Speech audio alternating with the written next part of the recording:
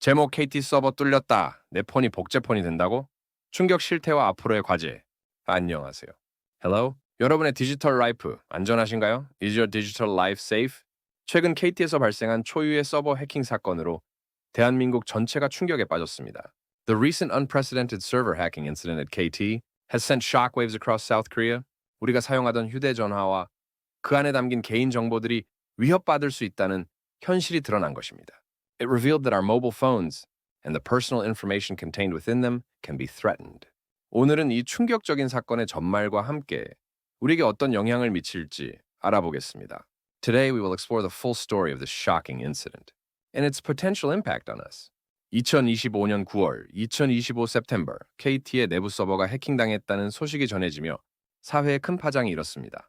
The news of KT's internal server being hacked caused a huge stir in society. 초기에는 단순한 소액결제 피해로 알려졌지만 it was initially reported as a simple, small sum payment fraud. 조사가 진행될수록 사안의 심각성은 커졌습니다. As the investigation progressed, the seriousness of the matter grew.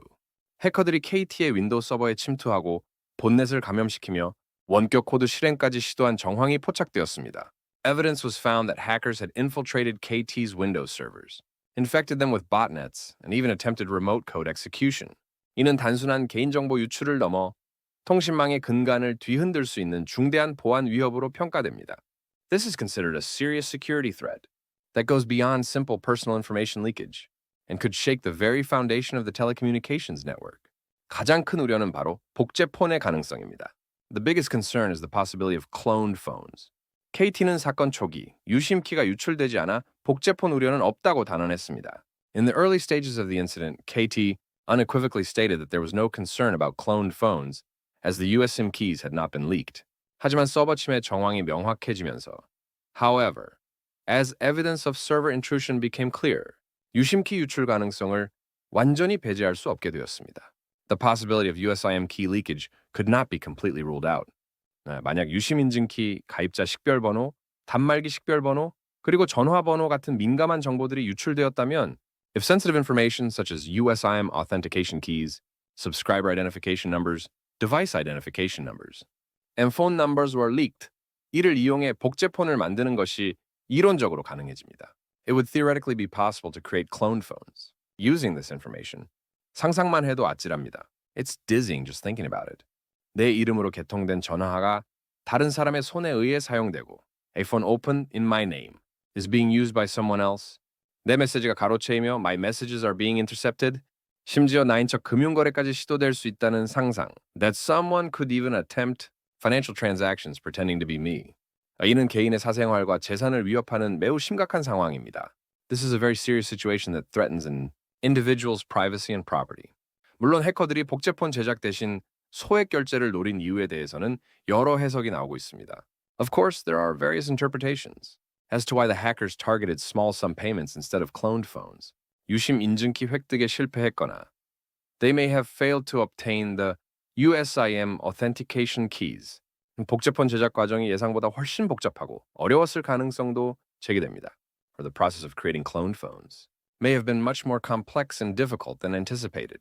하지만 중요한 것은 이러한 가능성이 현실화될 수 있었다는 사실 그 자체입니다. But what's important is the fact that such a possibility could have become a reality. 그리고 이는 통신사 보안 시스템의 허점을 여실히 보여주는 대목이죠. And this clearly demonstrates the vulnerabilities in telecommunication. Company's security system. 이번 사건에서 논란이 된 또 다른 부분은 바로 KT의 늑장 신고입니다. Another point of controversy in this incident is KT's delayed reporting. 서버 침해를 인지한 시점과 실제 신고 시점 사이에 시간차가 발생하면서 with a time gap between the time the server intrusion was recognized and the actual reporting time. 24시간 내 신고 의무를 위반했다는 비판을 피할 수 없게 되었습니다. KT could not avoid criticism for violating the 24-hour reporting obligation.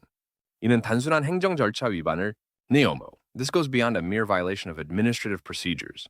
국민의 개인 정보를 보호해야 할 책임이 있는 기업으로서의 기본적인 책무를 소홀히 한 것이라는 지적입니다.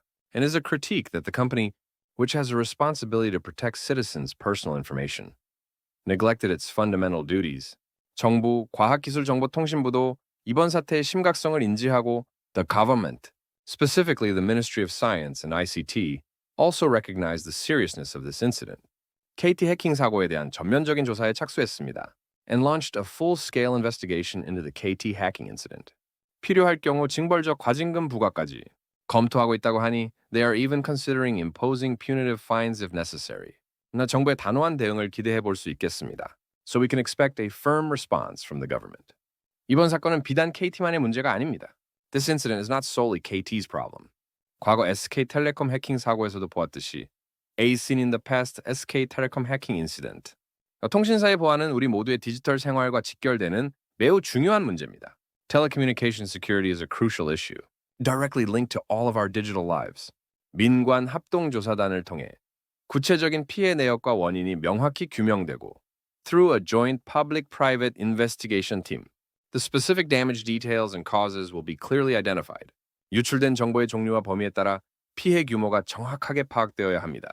And the extent of the damage, based on the type and scope of leaked information, must be accurately assessed. 나아가 정부는 유사한 사고 재발 방지를 위해, furthermore, the government must strengthen its management and oversight systems to prevent similar incidents from recurring. 즉, 통신사들의 보안 관리 감독 체계를 더욱 강화해야 할 것입니다. Thereby further fortifying the security management and oversight of telecommunication companies. 우리 국민 개개인 역시 개인정보 보호에 대한 경각심을 늦춰서는 안 됩니다. We as individual citizens must also not let down our guard regarding personal information protection.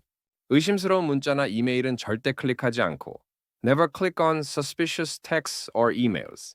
비밀번호는 주기적으로 변경하며 Regularly change passwords. 이중 인증과 같은 보안 기능을 적극적으로 활용하는 노력이 필요합니다. And actively utilize security features like two-factor authentication.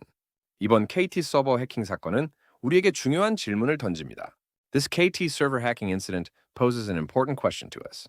과연 우리의 디지털 세상은 안전한가? Is our digital world truly safe? 그리고 우리는 이 안전을 지키기 위해 무엇을 할 수 있는가? And what can we do to protect this safety? 통신사, 정부, 그리고 우리 모두의 지속적인 관심과 노력이 필요한 시점입니다. It's a time when continuous attention and effort from telecommunication companies, the government, and all of us are needed. 과연 이 사건을 계기로 대한민국 통신 보안이 한 단계 더 발전할 수 있을지. Will this incident serve as an opportunity for South Korea's telecommunications security to advance another level? 아니면 또다시 비슷한 위협에 노출될 수밖에 없는 현실을 마주해야 할지. Or will we have to face the reality of being exposed to similar threats again? 여러분은 어떻게 생각하시나요? What do you think? 오늘의 이야기는 여기까지입니다. That's all for today's story. 다음 시간에도 유익하고 흥미로운 소식으로 찾아뵙겠습니다. We'll be back next time with more useful and interesting news. 감사합니다. Thank you.